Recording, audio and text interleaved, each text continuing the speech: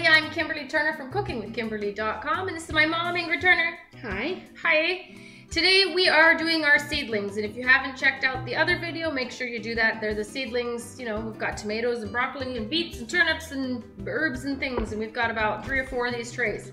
But we also like to plant tons of beans, and beans are done differently. We can't just throw them in the soil like that. They have to be prepared first. So let me get this out of the way and let Mom tell you what we need to do. Yes, they're hard as little rocks, and if you plant these, you might be lucky and a few plants might come up, but for the most part, you won't have much success. What has to happen is you need to soak these for at least 24 hours at room temperature water, and then you'll see they kind of increase. Plump up. Yeah, they plump. It's like how when you soak them overnight before you cook them, right? It's the same thing. So you're gonna plump them up and just tenderize them before you throw them in the soil. Yeah, these are the beans that we grew last year, and we kept the seeds. A bunch of them. Yes. And we're not really sure what beans they are. We planted like 3 or 4 different kinds last year, and right now they somehow all got mixed together. So that's okay. That's whatever. all right. We're just gonna plant them all together and be happy. Some of them are purple Yes. pole beans. They were amazing. Oh. Most of these are pole beans, right? They were so good, yes. These are pole beans, and they grow up these beautiful poles, and they're amazing. Anyway, so how many are we gonna do here? I think we should do quite a few. Like maybe Just grab like a handful yeah, in each thing. I think so. Bink. Yep. A couple more, maybe? Yeah. Yeah. So that would say that's probably 2 dozen in each one. Yes. 2 dozen plants. Yes. And we'll hope for the best and see what happens here. Right. Now we have our trays ready, but we won't be planting them until tomorrow. So maybe these are different. So we'll put some. Put those in it. Oh, okay. I don't know. I don't even know. So we're just gonna throw them together. Yeah. So we have a couple trays ready with the potting soil mix. We mix our potting soil along with some soil from our garden already, and that's how we roll. So these are gonna sit and just plump up overnight. You're gonna see that the water sometimes when different beans colors the water in different ways. It's a little milky and Yep, or even some of them are pinky. Yes. And stuff. Yeah. So that's how we're doing it. We've got extra stuff here. We don't really know what's it all about, but we're gonna grow it and eat it, and it's gonna be tasty. Well, all of our beans were very prolific. We had wonderful Tons crop. of them every day. Yeah, and see, we're going to plant them under and beside an obelisk, so the plants just kind of spiral upwards, and that was so exciting. You could just stand up to cut your beans instead of bending over. It was awesome, and there were so many, and it allowed them to like really spread out. Right. And then they started going out like that too, and reaching the other obelisks. Yeah. It was really, really cool.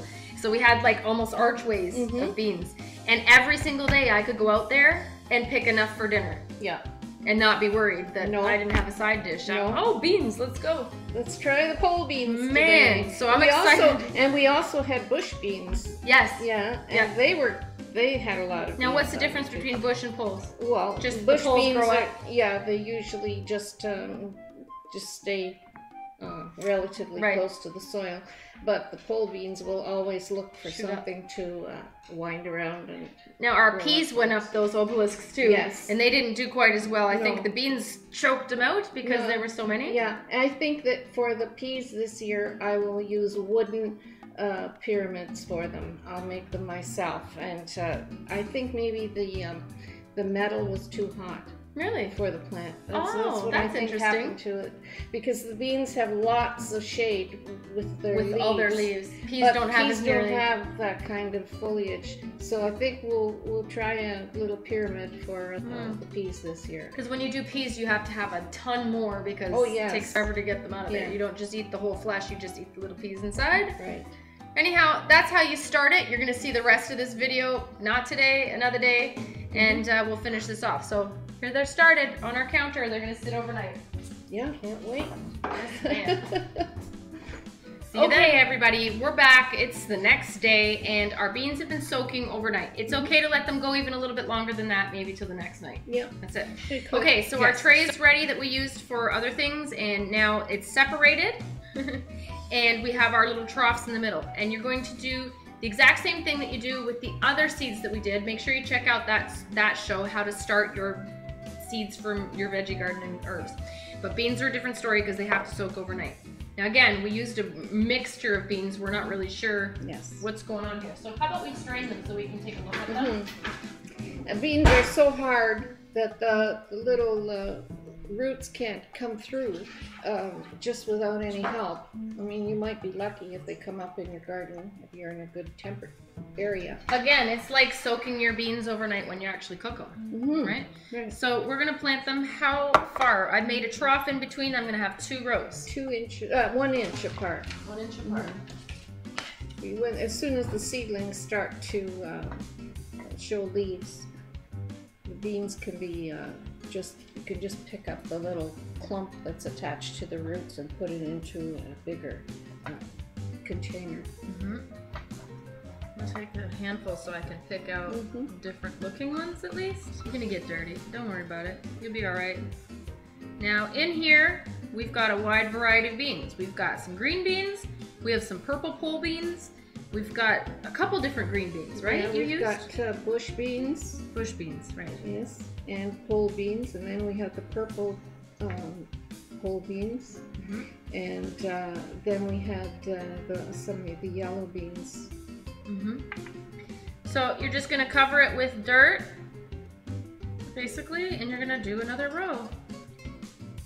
Now you want quite a few bean plants to go because so you can actually have enough every day to harvest, or at a time to harvest. I like to have 18 plants. 18 plants? Going. Exactly? Is that what you... Yeah, because I don't put them all in one area either. I put some in one area and then I put maybe 8 in another because it's too difficult to harvest them if they're all too close together. And we have to conserve space because our garden isn't huge, but it's very productive for the area we have. Well, I think it's our soil. Our soil is very full of nutrients. Yes, we're good to the soil. You should really put your coffee grounds and your tea bags out there. Peelings, banana peels. Banana peelings, yes. Apples. Apple peelings, potato peelings, carrot little shreds, You can put it all out there and your garden will thank you for it and you'll get a lot better produce. Yes, ma'am. Now we're gonna have to... eggshells, I forgot. Oh yeah, eggshells are a really good one. And ashes. Yes. Ashes from your inside fire or outside fire, whatever. Okay, now I'm gonna use a separator in between so that I know the rows. And now I'm gonna douse this with some water, but I'm washing. Now we're gonna have to do another tray of these, I think. So we don't need to show you that. You guys have seen what's going on. And now I'm just misting them with water. You wanna make sure that that soil is nice and moist, but you don't want it to be over wet because it'll start molding. Yes, but you want to make sure that the roots are getting water. So if you just stick your finger in there, you can tell if it's not got enough water. And if it has, you think it's too much water, just wait a little longer to re-wet it. It needs to be damp. It needs to be moist at all times.